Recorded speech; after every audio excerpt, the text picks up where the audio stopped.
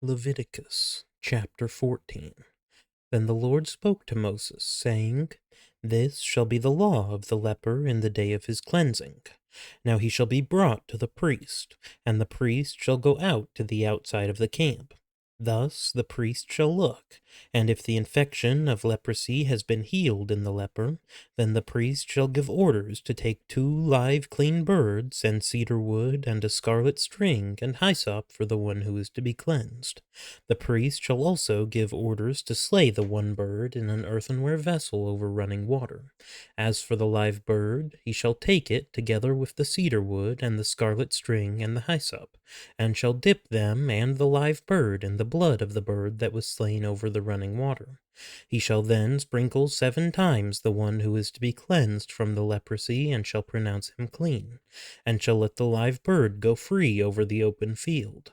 The one to be cleansed shall then wash his clothes, and shave off all his hair, and bathe in water, and be clean.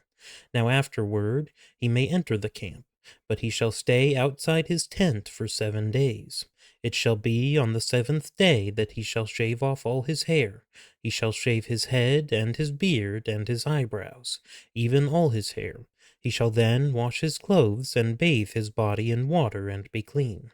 Now on the 8th day he is to take 2 male lambs without defect, and a yearling ewe lamb without defect, and 3/10 of an ephah of fine flour mixed with oil for a grain offering, and 1 log of oil.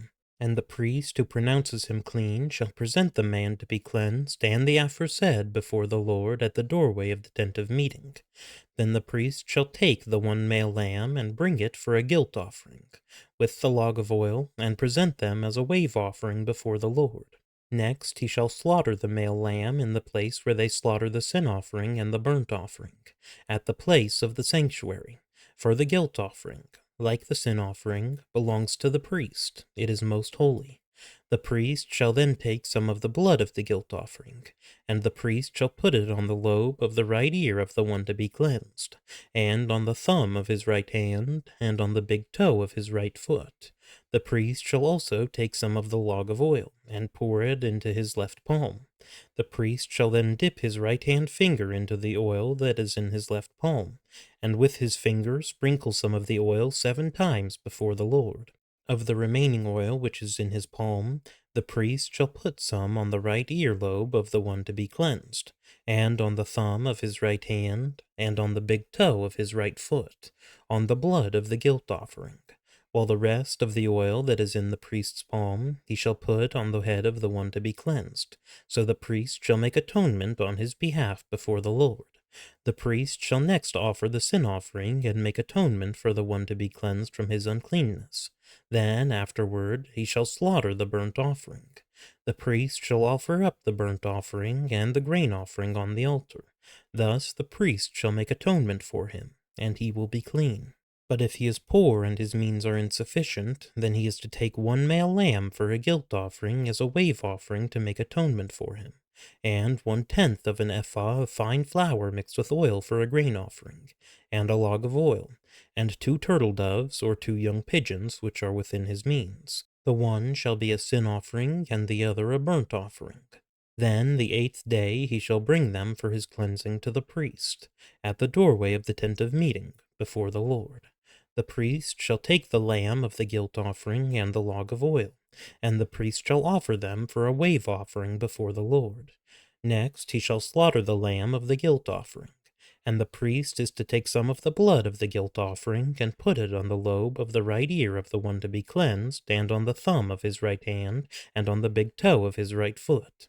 The priest shall also pour some of the oil into his left palm, and with his right hand finger the priest shall sprinkle some of the oil that is in his left palm 7 times before the Lord.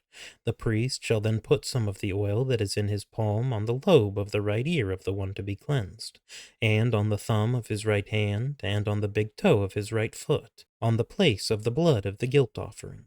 Moreover, the rest of the oil that is in the priest's palm he shall put on the head of the one to be cleansed, to make atonement on his behalf before the Lord.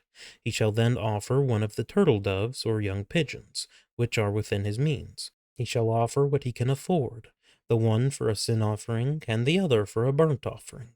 together with the grain offering. So the priest shall make atonement before the Lord on behalf of the one to be cleansed. This is the law for him in whom there is an infection of leprosy, whose means are limited for his cleansing. The Lord further spoke to Moses and to Aaron, saying, When you enter the land of Canaan, which I give you for a possession, and I put a mark of leprosy on a house in the land of your possession, then the one who owns the house shall come and tell the priest, saying, Something like a mark of leprosy has become visible to me in the house. The priest shall then command that they empty the house before the priest goes in to look at the mark, so that everything in the house need not become unclean. And afterward the priest shall go in to look at the house. So he shall look at the mark, and if the mark on the walls of the house has greenish or reddish depressions and appears deeper than the surface, then the priest shall come out of the house to the doorway and quarantine the house for 7 days. The priest shall return on the 7th day and make an inspection. If the mark has indeed spread in the walls of the house, then the priest shall order them to tear out the stones with the mark in them and throw them away at an unclean place outside the city. He shall have the house scraped all around inside, and they shall dump the plaster that they scrape off at an unclean place outside the city. Then they shall take other stones and replace those stones, and he shall take other plaster and replaster the house. If, however, the mark breaks out again in the house after he has torn out the stones and scraped the house, and after it has been replastered, then the priest shall come in and make an inspection. If he sees that the mark has indeed spread in the house, it is a malignant mark in the house, it is unclean. He shall therefore tear down the house, its stones and its timbers, and all the plaster of the house, and he shall take them outside the city to an unclean place.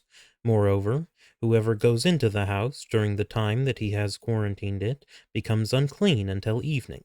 Likewise, whoever lies down in the house shall wash his clothes, and whoever eats in the house shall wash his clothes. If, on the other hand, the priest comes in and makes an inspection and the mark has not indeed spread in the house after the house has been replastered, then the priest shall pronounce the house clean because the mark has not reappeared. To cleanse the house, then, he shall take 2 birds and cedar wood and a scarlet string and hyssop, and he shall slaughter the one bird in an earthenware vessel over running water. Then he shall take the cedar wood and the hyssop and the scarlet string with the live bird, and dip them in the blood of the slain bird as well as in the running water, and sprinkle the house 7 times. He shall thus cleanse the house with the blood of the bird and with the running water, along with the live bird and with the cedar wood and with the hyssop and with the scarlet string.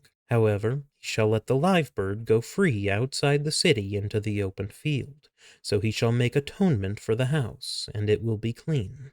This is the law for any mark of leprosy, even for a scale, and for the leprous garment or house, and for a swelling, and for a scab, and for a bright spot, to teach when they are unclean and when they are clean. This is the law of leprosy.